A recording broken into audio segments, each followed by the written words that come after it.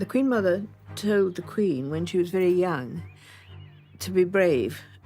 I think the Queen probably, when she was young, felt walking into a room full of people was rather daunting.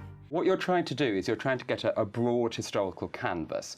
So I got the historical consultant on this is Hugo Vickers, who actually, I think, has written a biography of the Queen, but it's never been published. He's written one of the Queen Mother and Princess Alice, Prince Philip's mother, and very good and very fair.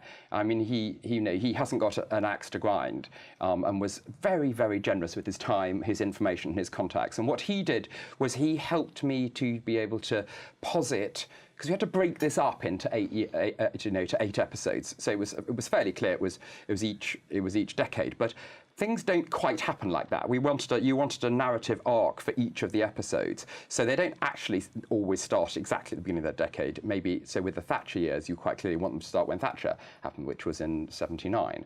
And so we had that, and I was also briefed off the record by some people who had worked very, very closely with the Queen as well, to make sure that I'd got the royal household perspective of what they were trying to achieve, and what the obstacles were to each of those decades. So I also read very, very widely, and then I sort of carved up the 8 episodes. And you also have, you mentioned Hugo Vickers, Kate Williams is in there as well, the historian. Yes, we've got a number of historians. We've got Robert Lacey, who's a very experienced television historian, who was also advisor to the Crown. We've got Kate Williams, and then we've got Sue Osman, who is a Commonwealth historian who's fantastic. In episode 1, Kate Williams talks about the role of Sir Henry Martin, who was the Provost of Eton, who gave the Queen constitutional lessons. And she says that he taught her 2 things. One, the importance of political neutrality, and the other, the importance of using her voice to broadcast her ideas across the then Empire and now Commonwealth, both of which is obviously rigorously stuck to. And it was very useful, I think, to have the historian who was able to look at the long lens of history and to be able to use and to be able to explain just how deep were those foundations in the Queen's psyche.